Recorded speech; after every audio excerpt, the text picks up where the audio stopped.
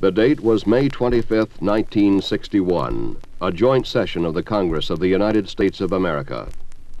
I believe that this nation should commit itself to achieving the goal, before this decade is out, of landing a man on the moon and returning him safely to the Earth. No single space project in this period will be more impressive to mankind or more important for the long-range exploration of space. Forward. Forward. That's 40 feet down, 2.5. Picking up some dust. 30 feet, 2.5 down. Straight shadow. 4 forward. 4 forward. Drift into the right a little. 20, down a half. 30 seconds. Forward. Just. Okay. Contact light. Okay, engine stop. APA at a descent. Mode control both auto, descent engine command override off. Engine arm off.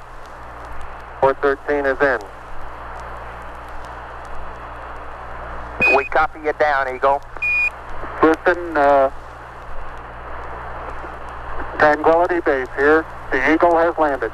Roger, Tranquility. We copy you on the ground. You got a bunch of guys about to turn blue. We're breathing again. Thanks a lot. On July 20th, 1969, at 17 minutes after the hour of 3 p.m., while astronaut Michael Collins orbited above in the command module, astronauts Neil Armstrong and Edwin Aldrin touched down on the ancient face of the moon in the southern part of the Sea of Tranquility. Looks like a collection of just about every variety of shape, angularity, granularity, but every variety of rock you could find. The color is, well, it varies pretty much depending on how you're looking relative to the zero phase point. There doesn't appear to be too much of a general color at all. However, it looks as though some of the rocks and boulders, of which there are quite a few in the near area, looks as though they're going to have some interesting colors to them. Over. Right, Tranquility. Be advised, there are lots of smiling faces in this room and all over the world. Over. Well, there are 2 of them up here. Roger, it was a beautiful job, you guys. And don't forget one in the command module. I'd say the color of the local surface is very comparable to that we observed from orbit at this sun angle, about 10 degrees sun angle or that nature. It's pretty much without color. It's gray, and it's very white, chalky gray as you look into the zero phase line, and it's considerably darker gray, more like a ashen gray as you look out 90 degrees to the sun. Roger. This is the LEM pilot. I'd like to take this opportunity to ask every person listening in, whoever, and wherever they may be, to pause for a moment and contemplate the events of the past few hours, and to give thanks in his or her own way.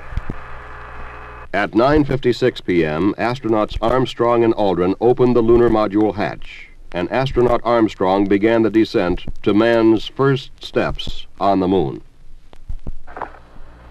I'm at the foot of the ladder. The LEM footbeds are only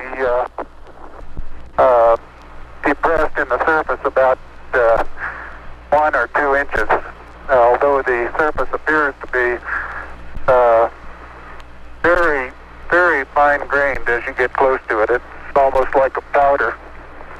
Ground mass is very fine. I'm going to step off the LEM now.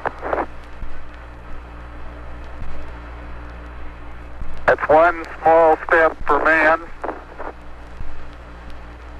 one giant leap for mankind.